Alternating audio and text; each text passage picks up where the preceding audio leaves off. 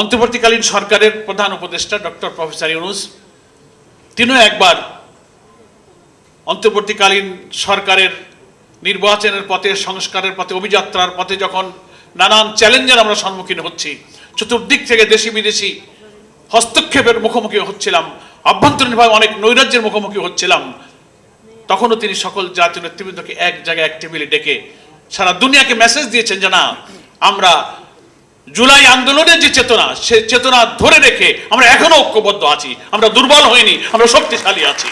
সেজন্য সেই ঐক্যের চেতনার সাথে আজকের এই সংলাপের আমি যথেষ্ট মিল দেখছি। আমি আমার মত প্রকাশের সূচনাতেই বিজয়ের মাসে আমাদের প্রিয় জন্মভূমি বাংলাদেশ, আল্লাহ তাআলা যেখানে আমাদেরকে পয়দা করেছেন,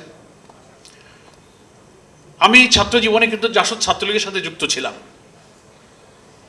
আমি সংসদ সদস্য ছিলাম। আমার ক্ষুদ্র শিক্ষা দিয়ে দেশপ্রেম আর জাতিসত্তা যে আমি বুঝেছি,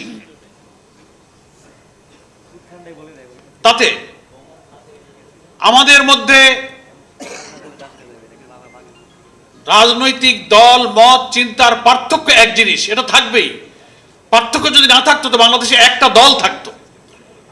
দলের যেহেতু ভিন্নতা, মতেরও ভিন্নতা, কিন্তু জাতীয় কমন ইস্যুতে, জাতীয় ঐক্যের ব্যাপারে আমাদের মধ্যে কিন্তু অনেক সময় আমরা হীনমন্যতা দেখি।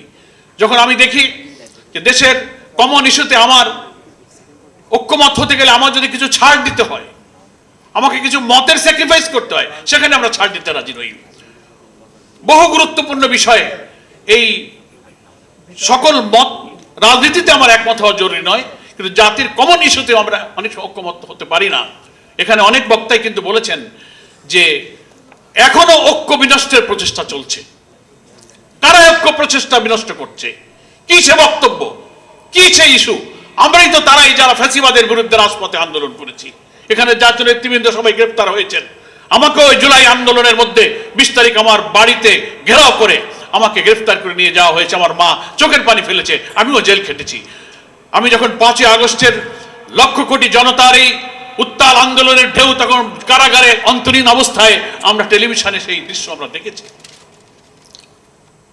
শেখ হাসিনার 15 বছরের শৈশব শাসনের প্রায় 7.5 বছর আমি কারাগারে, 6 বার আমাকে গ্রেফতার করা হয়েছে, 67 দিন আমাকে রিমান্ডে নেওয়া হয়েছে।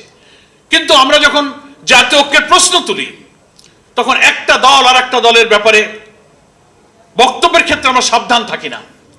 এমন কোন বক্তব্য, এমন কোন বিবৃতি যা ফ্যাসিবাদ বিরোধী আন্দোলনে জাতীয় ঐক্যের ইস্পাত কঠিন ঐক্য তৈরি করেছিল, সেই ঐক্যের মধ্যে বিভেদ সৃষ্টি করতে পারে এমন কোন বক্তব্য ফ্যাসিবাদ বিরোধী আন্দোলনে অন্তত আমরা জানাছিলাম, তাদের কাছ থেকে আশাটা হচ্ছে আরেকটা জাতীয় ঐক্য বিনষ্টকারী আরেকটি কার্যক্রম।